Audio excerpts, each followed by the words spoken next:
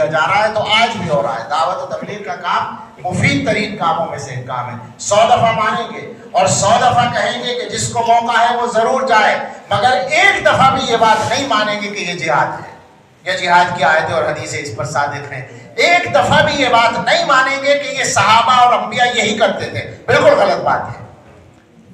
صحابہ اور انبیاء اگر یہی کرتے تھے تو پھر مدرسے والوں کو بھی کہنے دو کہ انبیاء یہی کرتے تھے، اور خانقاہ والوں کو بھی کہنے دو کہ انبیاء یہی کرتے تھے۔ سارے مسلمان جو بھی کام کریں وہ سارا نبی کرتے تھے، یہ کوئی بات ہے؟ سب صحیح کام ہے، تم جو کام کر رہے ہو وہ بھی صحیح ہے، قرآن و حدیث سے ثابت ہے۔ مگر یہ کہنا کہ انبیاء اور صحابہ یہی کرتے تھے، اسی طرح کرتے تھے، اسی طرح تو مولانا الیاس صاحب کے ابا نہیں کرتے تھے۔ انبیاء اور صحابہ کیا کرتے؟ یہ تو طریقہ ایک بعد میں آیا ہے۔ ضرور جاؤ، ضرور کرو، مگر آدمی بن کر کرو۔ کوئی ضروری نہیں ہے کہ جو کام کرو اسے سب سے بڑا ہی ثابت کر کے کرو، دین کے سارے کام ہیں۔ اسی طرح سے مدرسوں والے یا خانقاہوں والے وہ بھی سمجھ لیں اچھی طرح سے کہ یہ کوئی بھی دعویٰ نہ کرے۔ غیر مسلموں میں تبلیغ کا کام کرنے والے، آج کل ایک طریقہ ہے، بعض لوگوں نے یہ دعوے کر رکھے ہیں کہ سب سے بڑا کام وہی ہے۔ عجیب مصیبت یہ ہے کہ جب تک اپنے کام کو سب سے بڑا نہ کہیں کام نہیں ہوتا۔ کیا ذوق بنا ہے ہم لوگوں کا؟ نقصان کر رہے ہیں ہم۔ میں جوش میں نہیں بول رہا ہوں، غصے میں نہیں بول رہا ہوں، کسی کے خلاف نہیں بول رہا ہوں۔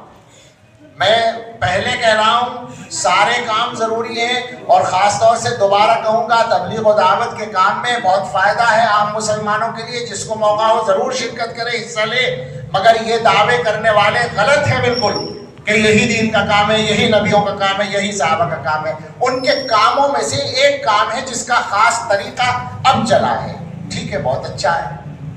تعلیم بھی ایک کام ہے نبی صلی اللہ علیہ وسلم کے کاموں میں سے۔ مدرسوں کی شکل بعد میں بنی ہے، تبلیغ و دعوت سے تو بہت پرانی ہے، اس تبلیغی جماعت کے کام سے تو بہت پرانی ہے مدرسوں کی شکل۔ لیکن یہ نہیں کہہ سکتے کہ پیغمبر علیہ السلام نے اسی طرح کام کیا، نہیں کہہ سکتے۔ اور تزکیہ یہ پیغمبر علیہ السلام کا سب سے پہلا کام ہے، لیکن خانقاہوں والے یہ دعویٰ کریں کہ یہی طریقہ حضور کا ہے، بالکل غلط ہوگا، حالانکہ یہ مدرسوں سے بھی پرانا ہے، یہ دور تابعین میں شروع ہو چکا ہے۔ مگر یہ کہیں کہ پیغمبر یہی کرتے تھے، یہ دعویٰ کرنا غلط ہوگا۔ سب سے گزارش ہے کہ اچھی طرح سمجھ لیں دین نہ ہمارے ہاتھ میں ہے، نہ ہمارے بزرگوں کے ہاتھ میں ہے۔ دین نہ حضرت نانوتوی کا، نہ حضرت گنگوہی کا، نہ حضرت تھانوی کا، نہ حضرت مدنی کا، نہ مولانا الیاس صاحب کا۔ دین اگر ہے تو وہ حضرت محمد الرسول اللہ صلی اللہ علیہ وسلم کا ہے، دین اللہ کا ہے، اور اللہ کے نبی کے صحابہ نے اس کو حضور سے لیا ہے۔ ان کے طریقے پر، سنت کے طریقے کے مطابق جو دین کو اختیار کرے گا وہ دیندار کہلائے گا، ورنہ وہ سب اپنی باتیں ہو جائیں گی۔